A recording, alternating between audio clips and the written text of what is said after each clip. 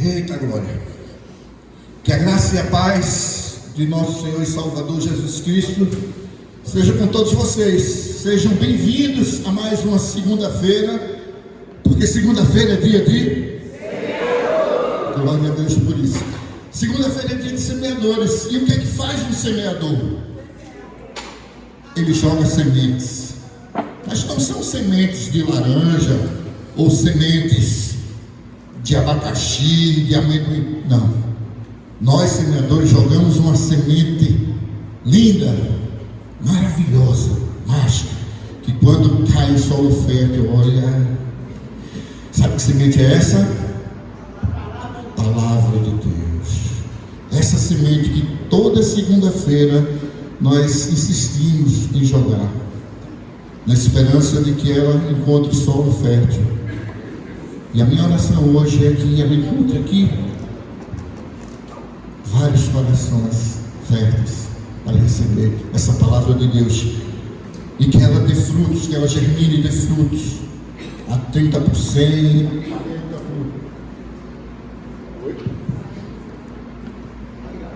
Oi. Enfim, como diz a parábola dos semeadores. Então, queridos, é isso que nós fazemos, e cada semana nós trazemos um tema, lógico, para ser explorado à luz das Escrituras.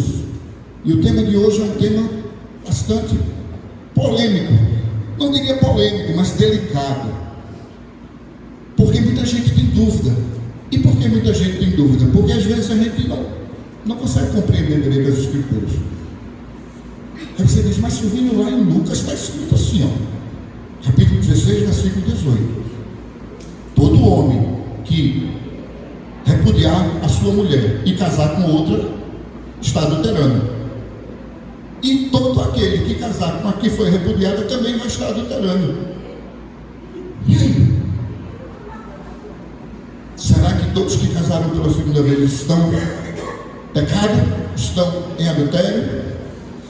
É isso que nós vamos analisar já.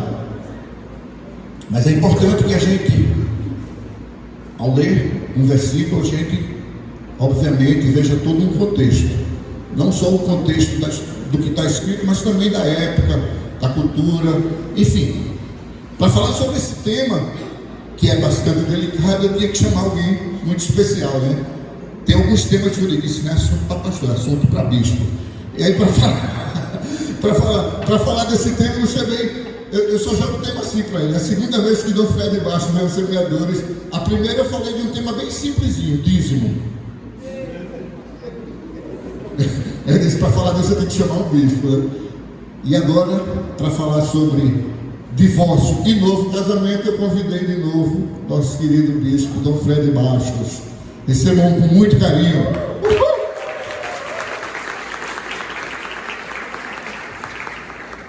Meu irmão.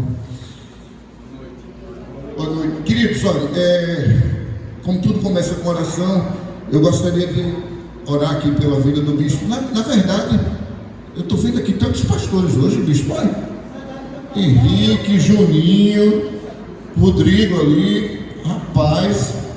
Tem aquele ditado, aquela máxima que diz que soldado no quartel quer serviço, né? Então, Juninho, vem para cá orar pelo bispo, meu irmão. Já vou dar um spoiler aqui. Juninho vai ser nosso preletor dia 27 de maio. Queridos, vamos em oração também, estar pedindo que o Senhor capacite nosso bispo. Pai, em nome de Jesus, Senhor, coloco a vida do nosso bispo, Dom Fred Bastos, diante do teu altar nesse momento, Pai, que tu possa estar ungindo os seus lábios, enche, Senhor, seu coração com o teu Espírito Santo e faz com que ele possa estar trazendo palavras eternas, Senhor, para vidas eternas. Que ele possa estar trazendo ensinamento para cada um de nós, que possamos ouvir, aprender e pôr em prática nas nossas vidas, se necessário for. Pedimos isso e já agradecemos em nome de Jesus. Amém.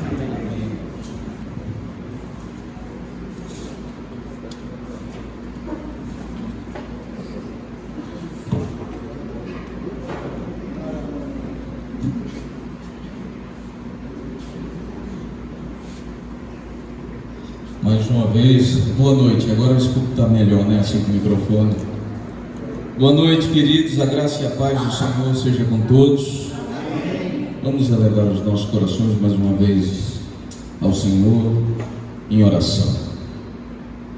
Amado Deus, obrigado, Senhor, por esta noite. Obrigado por esse ministério, Senhor Deus, pelos semeadores que vêm trazendo tantos temas, Senhor Deus, relevantes para as nossas vidas. Amado Pai, nos dirige nesse tempo que estaremos aqui, Senhor Deus, e vem fazer a Tua vontade no meio de nós.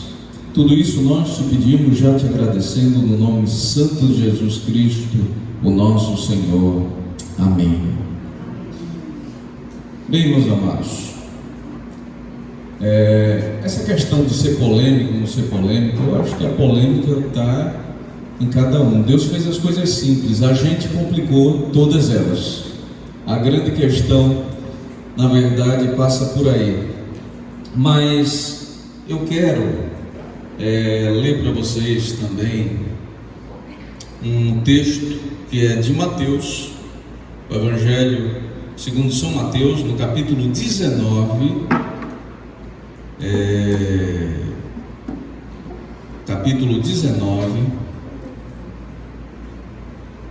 e diz assim o texto. Eu vou ler a partir do verso 1, tá certo? E diz assim a Sagrada Escritura: E aconteceu que, concluindo Jesus esses discursos, saiu da Galileia e dirigiu-se aos confins da Judéia, de além do Jordão. E seguiram grandes multidões e curou-as ali. Então chegaram ao pé dele os fariseus, tentando-o e dizendo-lhe: É lícito ao homem repudiar a sua mulher por qualquer motivo? Ele, porém, respondendo, disse-lhes: Não lestes que aquele que os fez no princípio, macho e fêmea, os fez? E disse: Portanto deixará o homem pai e mãe, se unirá à sua mulher, e serão os dois uma só carne? Assim não são dois mais, mas uma só carne. Portanto, o que Deus ajuntou, não o separe o homem. Disseram-lhe eles: Então, por que mandou Moisés dar-lhe carta de divórcio e repudiá-la? Disse-lhes ele: Moisés, por causa da dureza do vosso coração, vos permitiu repudiar vossas mulheres, mas ao princípio não foi assim. Eu vos digo, porém, que qualquer que repudiar sua mulher, se não sendo por causa, aqui usa um termo diferente do que a gente está acostumado, fornicação, e casar com outra, comete adultério. E o que casar com a repudiada também comete adultério. Disseram-lhe os seus discípulos: Se é assim a condição do homem relativamente à mulher, não convém casar. Ele, porém, lhes disse: Nem todos podem receber esta palavra, mas só aqueles a quem foi concedido. Porque há eunucos que assim nasceram no ventre da mãe, e há eunucos que foram castrados pelos homens, e há eunucos que se castraram a si mesmos por causa do reino dos céus. Quem pode receber isto, rebanho, recebam. Palavras do Senhor, nós damos graças a Deus por elas. Queridos, vejam só. Primeiro de tudo, eu queria que a gente pudesse desfazer aqui um equívoco que muitas vezes nós cometemos quando lemos tanto o texto de Lucas quanto esse texto do Evangelho de São Mateus. Pelo seguinte: o que Jesus ele está pretendendo falar aqui não é tanto da questão do divórcio em si, né? Mas ele está querendo aqui acabar com uma injustiça. Porque note que a discussão passa do homem com relação à mulher, e o tempo todo se tocando na questão desse dito repúdio.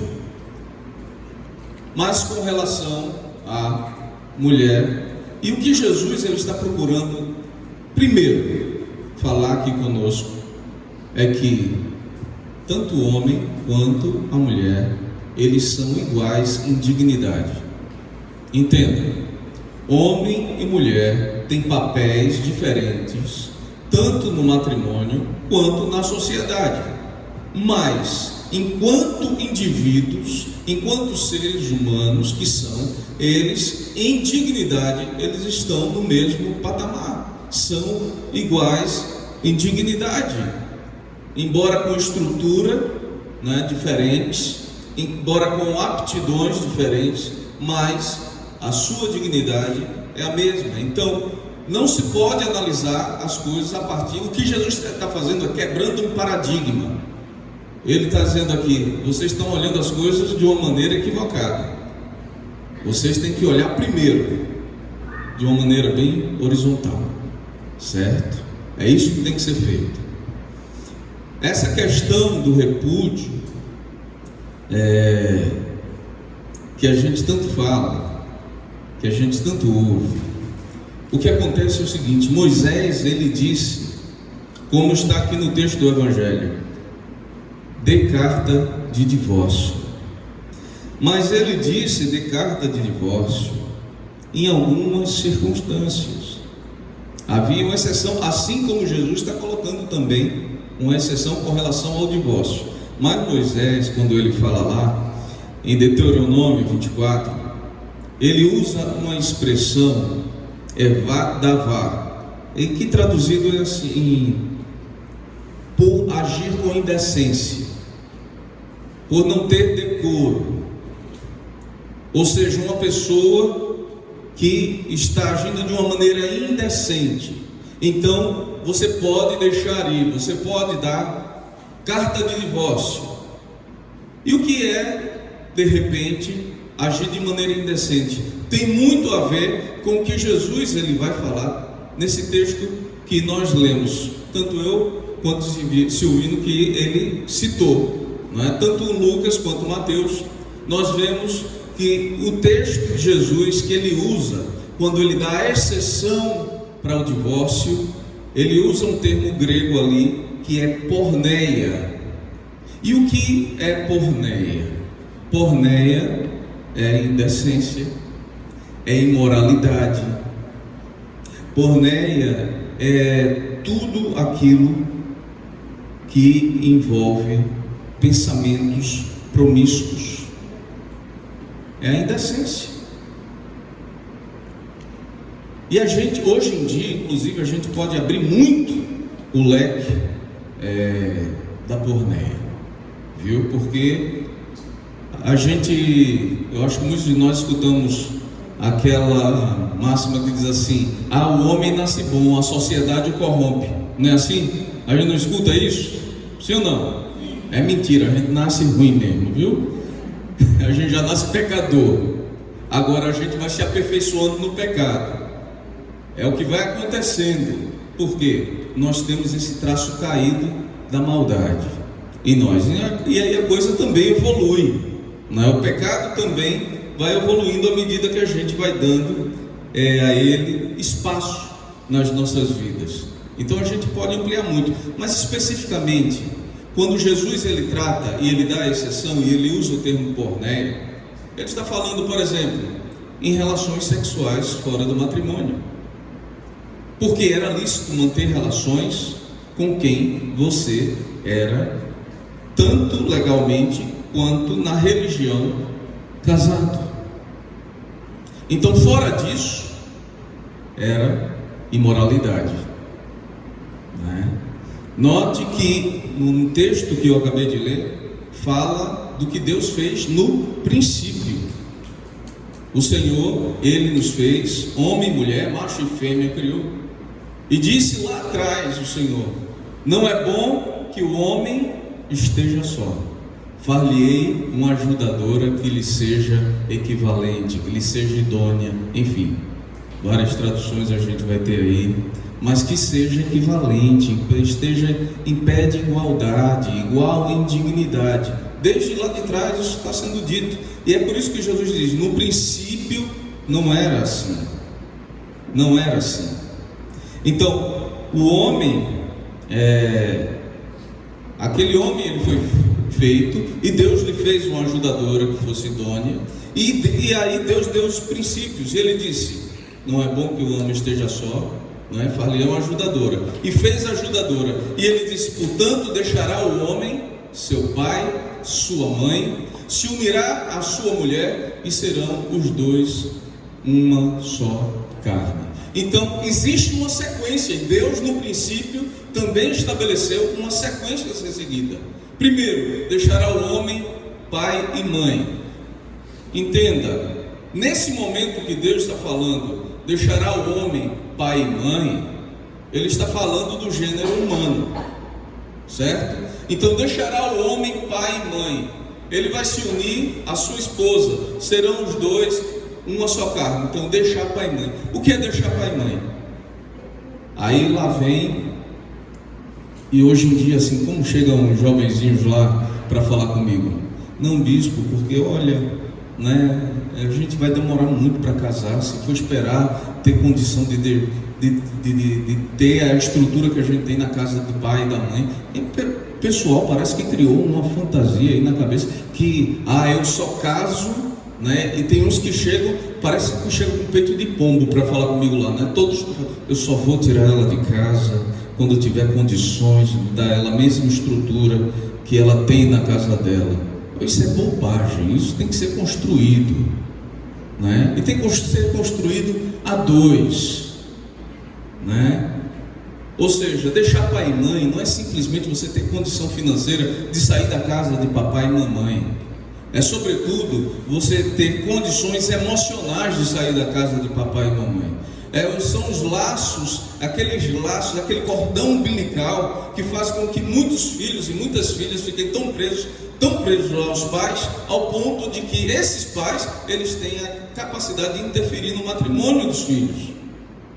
Então, primeiro, deixar pai e mãe. É você poder ir para a sua casa, sim, mas é você também ser adulto. Você está assumindo um compromisso com a outra pessoa. E por mais que você não concorde, é o padrão bíblico. Às vezes eu pergunto quando tem uma reunião de homens assim, e que querem falar sobre relacionamento, eu pergunto: qual é a mulher mais importante da sua vida? O que tem de marmanjo casado dizendo é minha mãe, eu nunca vi. E se eu perguntar numa reunião de mulheres, geralmente sabe o que me responde, Silvio? Meu filho. Não é nem a sua mãe e nem o seu filho. A mulher da sua vida é aquela que você escolheu para ser a sua esposa. O homem da sua vida é aquele que você escolheu para ser o seu esposo. Esse é o grande problema de hoje em dia, que acaba se relativizando muito o matrimônio em si. Nós precisamos entender que todo o meu esforço, toda a minha dedicação deve ser primeiro para atender às demandas da minha esposa e vice-versa. No meu caso, primeiro vem Fernanda, depois Frederico e Fernando. Mas ela tem que ser primeiro lugar na minha vida, e eu tenho que ser o primeiro lugar na vida dela. E nós devemos procurar de todas as maneiras suprir as nossas carências, as nossas necessidades, abençoar um a vida do outro. Por que eu estou enfatizando logo isso? Gente, porque se a gente não valorizar logo, daqui a pouco a gente vai ter muita gente procurando cada vez mais saber como é que pode fazer para divorciar sem estar em pecado. Por Porque é isso que as pessoas hoje querem muito, dar um jeitinho de fazer o que quiserem, né? Porque nós vivemos hoje no tempo da inclusão. Se fala tanto de inclusão, mas aqui vocês estão na casa de Deus, amém? E a casa de Deus é casa de conversão.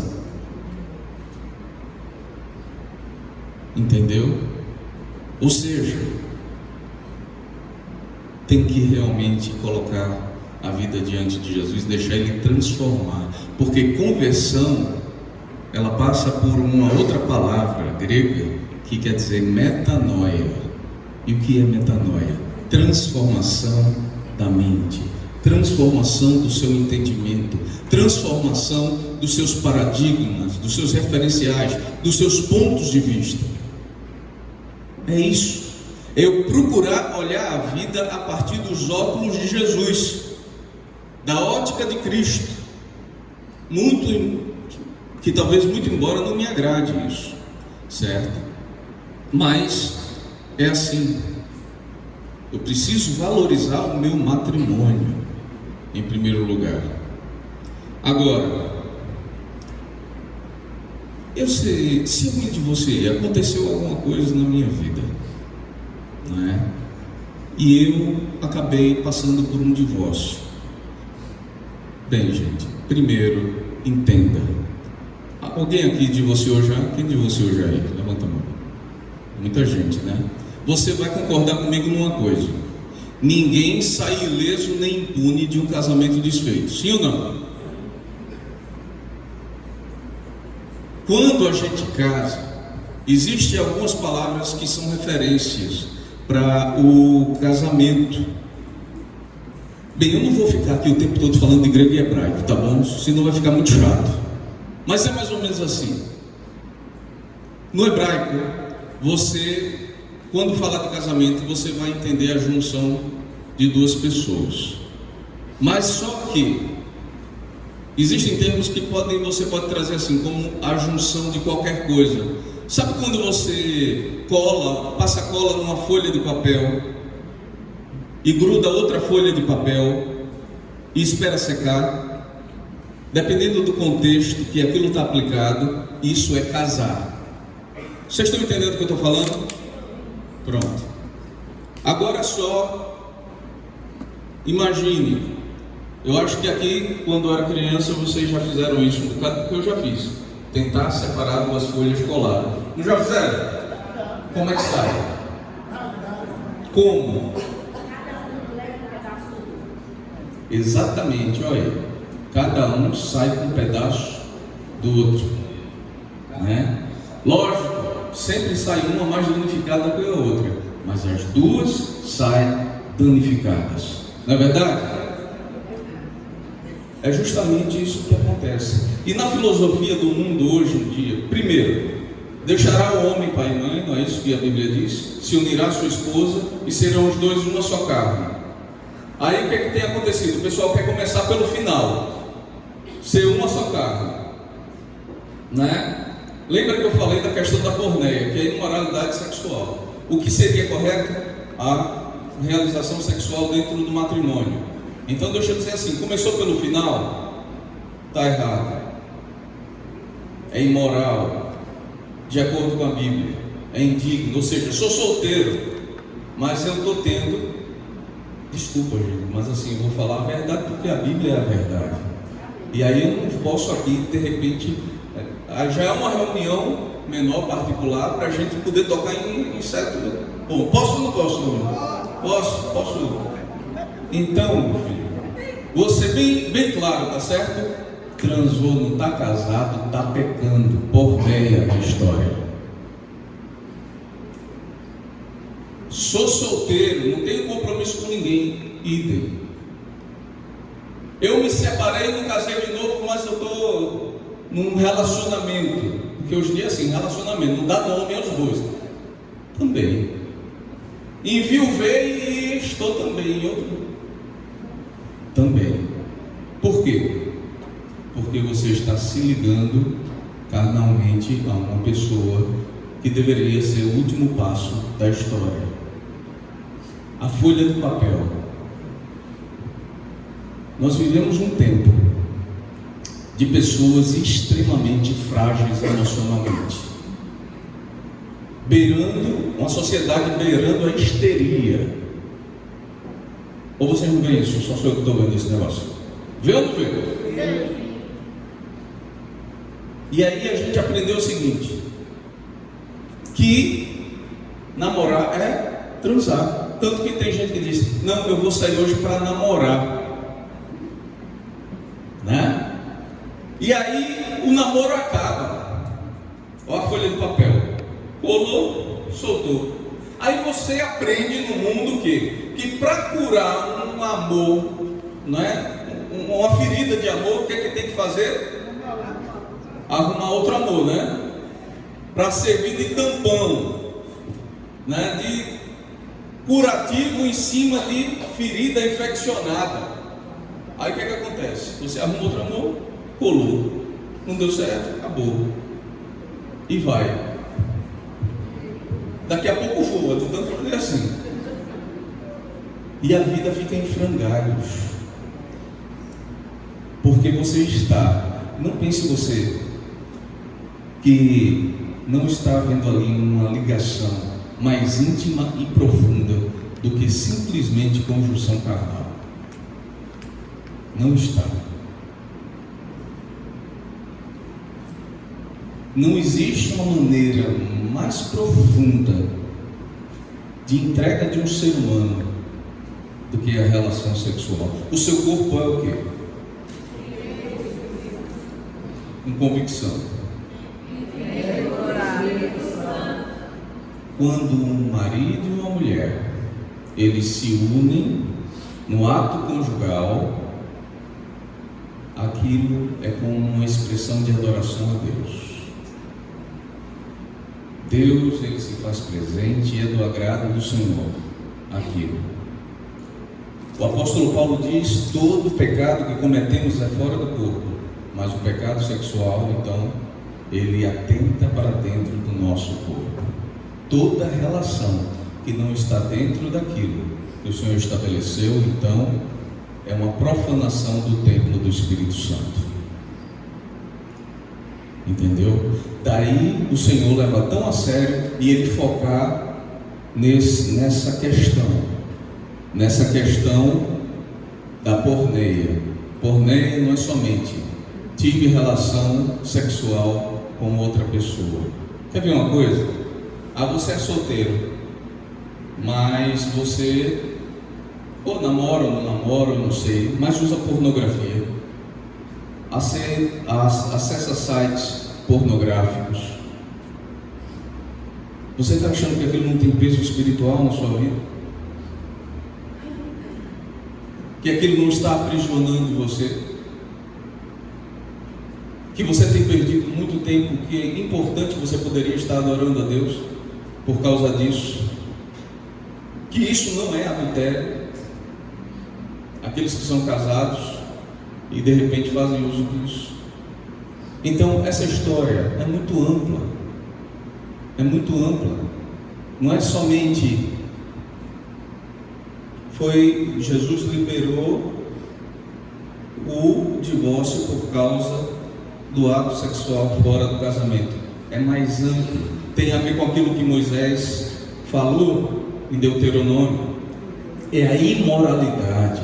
É tudo aquilo que foge do padrão de Deus. Então, ele dá uma concessão. Por que ele faz uma concessão? Porque geralmente nessa coisa toda, alguém vai ser vítima.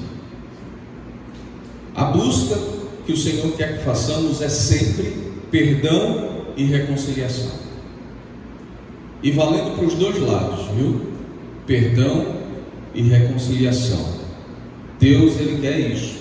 Mas Deus, ele conhece a nossa estrutura e sabe que muitas vezes, apesar do perdão que nós entregamos, a convivência, ela se torna impossível. Porque, gente, vamos lá. Se de repente, por algum motivo, você divorciou e traição, e aí vocês se divorciaram, mas resolveram voltar. Não, perdoou, ou só se separaram um tempo, ou perdoaram. Você tem que ter muita força de vontade, buscar muito em Deus, que as feridas que lhe foram causadas da separação dessa união, elas possam ser tratadas e você tenha paciência,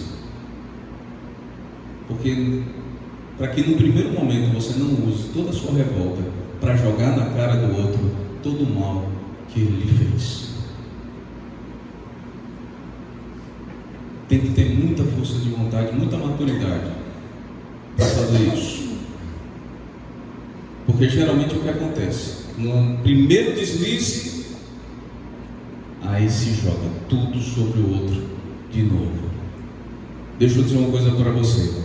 Jesus, ele fez um sacrifício perfeito, completo e suficiente pelo pecado de todo mundo. Ao arrependido que confessa os seus pecados, ele está livre, ele está liberto. Quando a gente chega para alguém, e isso é muito sério também, e Deus entende, eu já falei a nossa situação, mas toda vez que eu fico jogando na cara do pecador o passado dele, que ele já pediu perdão, que ele já se arrependeu, que ele não vem cometendo mais, mas eu fico o tempo todo jogando na cara dele coisas velhas do passado dele, eu estou dizendo, o sacrifício de Jesus não foi suficiente. E o sacrifício de Jesus foi ou não foi suficiente? Foi. Não tem a ver com o sacrifício de Jesus, tem a ver com a minha dureza do coração, a minha incapacidade de dar aquele perdão que seria necessário para que nós permanecêssemos juntos. Tem casais que conseguem? Tem, mas tem casal que não vai conseguir. E Deus, sendo misericordioso, fez essa concessão. Deixa eu dar um outro exemplo disso. Por exemplo, de como Deus consegue certas coisas por causa da nossa natureza humana. É disso que eu estou falando. Por exemplo, no livro de Efésios, a carta aos Efésios diz assim: filhos, sejam submissos aos vossos pais, né? Para que te vá bem. Honra teu pai e tua mãe, para que te vá bem e sejam longos os teus dias sobre a face da terra. Olha o que ele está dizendo: honra teu pai e tua mãe. Em algum momento ele disse: ama o teu pai e a tua mãe? Porque Deus sabe que tem pai e mãe que é impossível de você conseguir amar, mas você tem que honrar. Deus não vai exigir de você uma coisa que não lhe foi dada a estrutura para isso. Porque tem pai e mãe que infelizmente marcaram os filhos de uma maneira que eles não vão conseguir amar, mas é possível honrar. Então Deus diz: você não precisa nem amar, mas você vai ter que respeitar o seu pai e sua mãe. Ah, mas são aspectos, não importa, são esses que você tem e você vai respeitar esses. Você não precisa amar, mas respeitar, você vai ter que respeitar. E hoje em dia eu fico vendo um monte de pai e mãe vivendo, assim, numa prisão de infantolatria. Ficam querendo fazer tudo, pelos filhos, e aí depois fala: você ama o papai e a mamãe? Tem um negócio assim. Eu lá em casa digo aos meninos: está com raiva, pode ficar com raiva. Eu não estou, mas tem que me respeitar. Tem que respeitar a sua mãe. E assim pronto. Então tem coisas na vida que Deus sabe. Então nesse caso do divórcio é isso. Existem situações que não vai ter como conviver mais, E aí, por essas causas que levaram ao divórcio, aí Jesus diz: então nesse caso, dê carta de divórcio, que não é repúdio. Repúdio é uma outra coisa. Repúdio era uma situação, daí o Senhor botar homens e mulheres em pé de igualdade, porque quando os homens repudiavam, e a palavra para repúdio significa tipo rasgar. Eu acho que vocês já viram por exemplo, no texto bíblico, quando aconteceu uma tragédia, aí rasgavam as vestes, né? Quando era algo revoltante, rasgavam as vestes. Quando havia uma injúria, rasgavam as vestes. É a mesma para separar, banir, rasgar, mandar embora. E o que eles faziam? Não davam carta de divórcio, mandavam embora as esposas. E quando eles faziam isso, para casar, eles deram um dote. Foi pago um dote para que eles pudessem casar. A esposa, então, ela ficaria impedida de casar. Ficando impedida de casar, se alguém se interessasse por aquela mulher, o que ia acontecer? O pretendente ia querer casar com ela e ela ia falar com o marido. Aí o marido, ele ia dizer: tudo bem, pague o dote e eu dou carta de divórcio. Então ela ficava presa àquele homem. É por causa disso que Jesus está falando essas coisas. Muitas vezes o pretendente não queria pagar o dote, e como aquele marido já tinha desprezado ela, eles acabavam vivendo numa situação de pecado, porque ela era esposa de outro homem e estava vivendo com esse agora, e o marido lá arrumou uma outra mulher. Então por isso que Jesus diz: tanto o homem que repudia a esposa comete adultério, quanto aquele que se junta à repudiada comete adultério. Então o que Jesus está fazendo? Por isso que eles dizem assim: mas se é essa a situação do homem diante da mulher, é melhor não casar. E Jesus disse: nem todo mundo tem como escutar isso não, mas é assim. Então Jesus está colocando aqui os dois iguais em dignidade, porque era uma injustiça que estava sendo feita. Estava sendo colocada a mulher numa situação, não é? Que primeiro ela não procurou. Então, se for pela dureza do coração, como disse Moisés, pela causa que Jesus falou, dê carta de divórcio. Agora note que isso aqui o Senhor está falando para os judeus. O apóstolo Paulo, ele também vai falar sobre isso. Paulo, ele vai dizer aos coríntios, mas a vós outros digo eu, não o Senhor.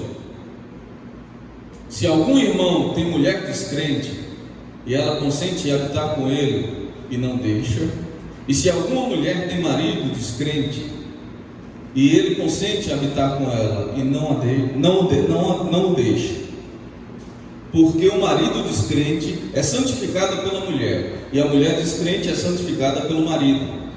De outra sorte, vossos filhos seriam imundos, mas agora são santos. Mas se o descrente se apartar, aparte-se, porque neste caso o irmão ou a irmã não está sujeito à servidão, mas chamou-nos Deus para a paz. Porque de onde sabes, ó mulher, se salvarás teu marido? Ou de onde sabes, ó marido, se salvarás a tua mulher? E assim cada um ande como Deus lhes repartiu. Veja, o Senhor aqui está falando já à igreja, e tem um crente e um não crente. Note que aqui é uma situação em que um dos cônjuges ele se converte, certo? E aí o apóstolo está dizendo: se ele consente em viver contigo e com a tua fé, segue com ele, segue com ela. Agora, se não aceita a tua fé e quer ir embora, deixa que vá. Você não tem que viver numa escravidão, preso a outra pessoa que não quer viver, que não aceita a sua fé. Daí aquela expressão do jugo desigual. Todo mundo já ouviu falar nisso? O jugo, minha gente, todo mundo sabe o que é um jugo? Quem não sabe o que é um jugo?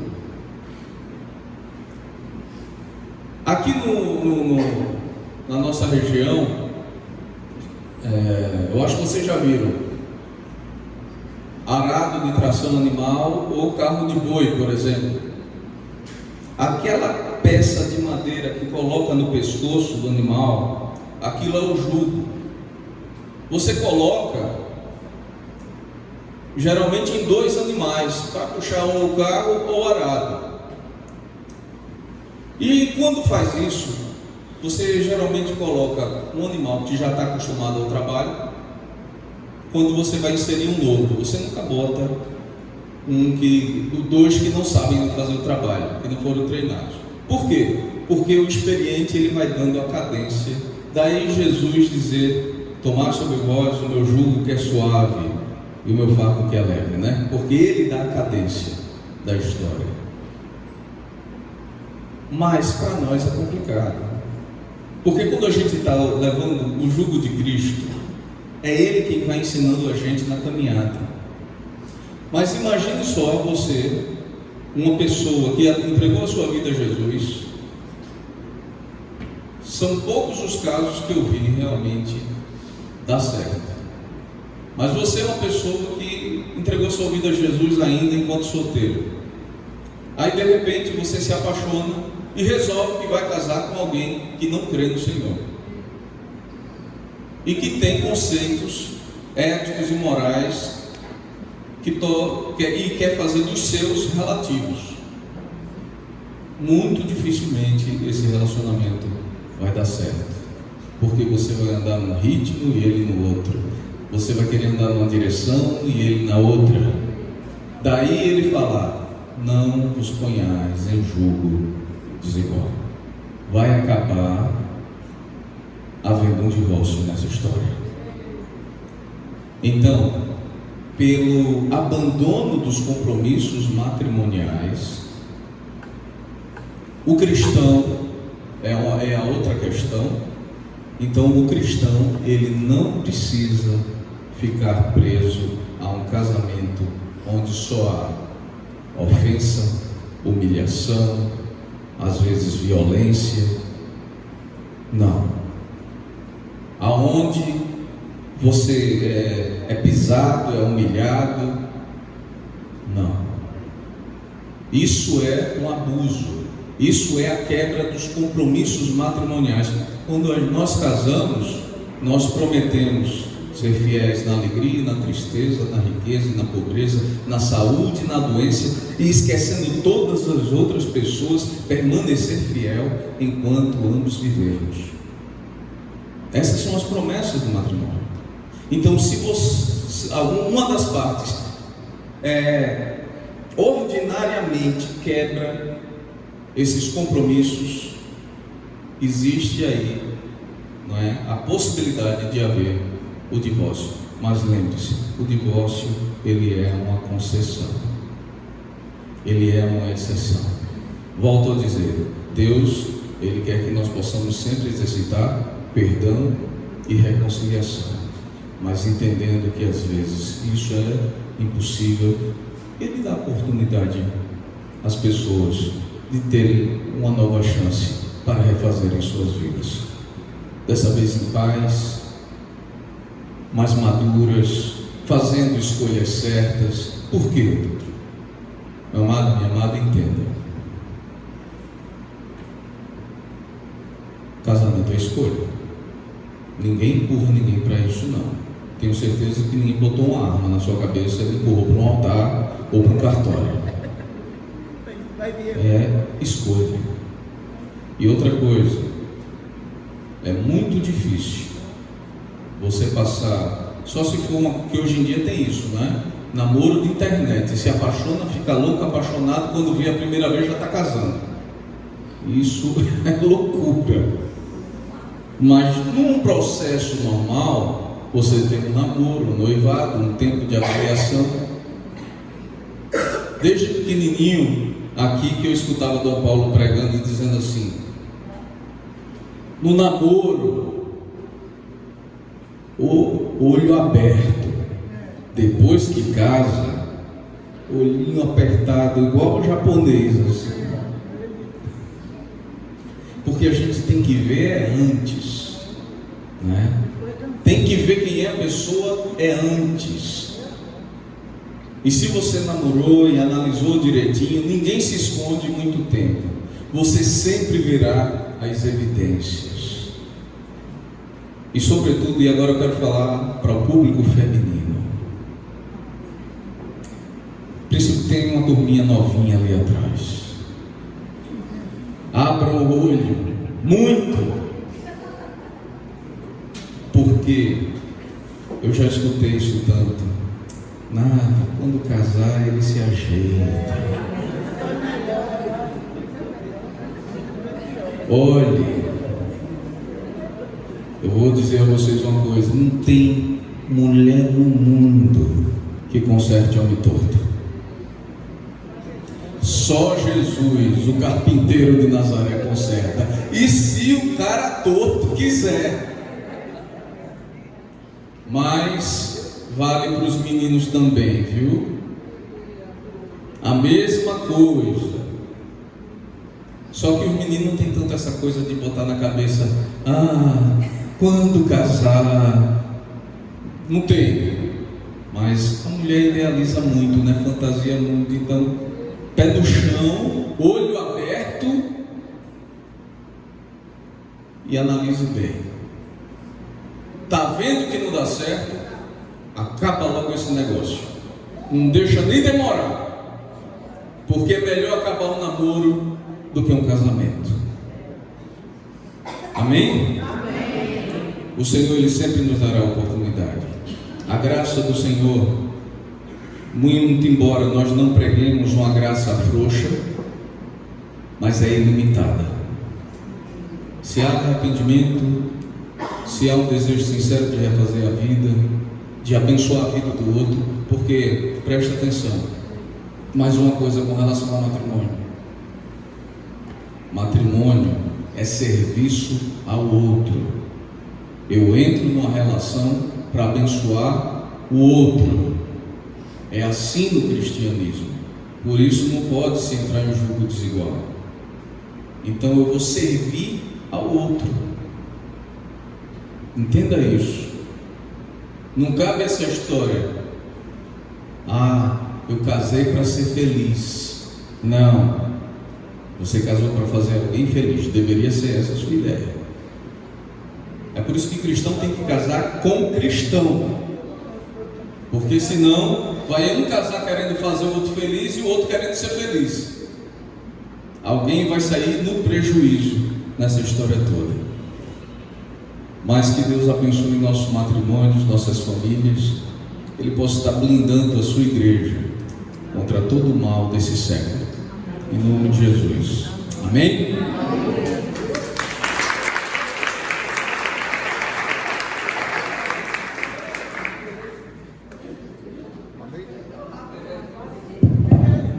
Amém. Queridos, tá bom, né? Mas tem mais, tem a segunda parte. Vocês sabem que os semeadores, ele tem um momento de louvor, um momento da pré-eleição, um tema que foi sugerido, e o terceiro tempo, que é o momento de tirar dúvida.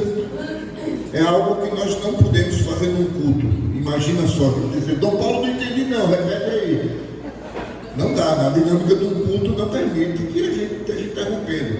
Mas os semeadores têm esse tempinho para que a gente possa tirar nossas dúvidas, fazer alguma pergunta.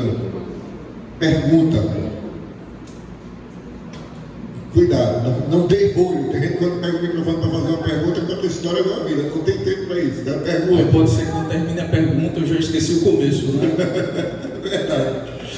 Então, queridos, eu queria agradecer a vocês que estão nos assistindo pela internet, dizer que esse momento de pergunta e resposta é exclusivo para quem vem aos semeadores presencialmente.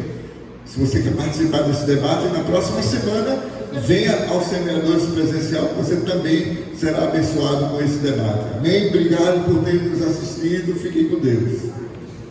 Queridos,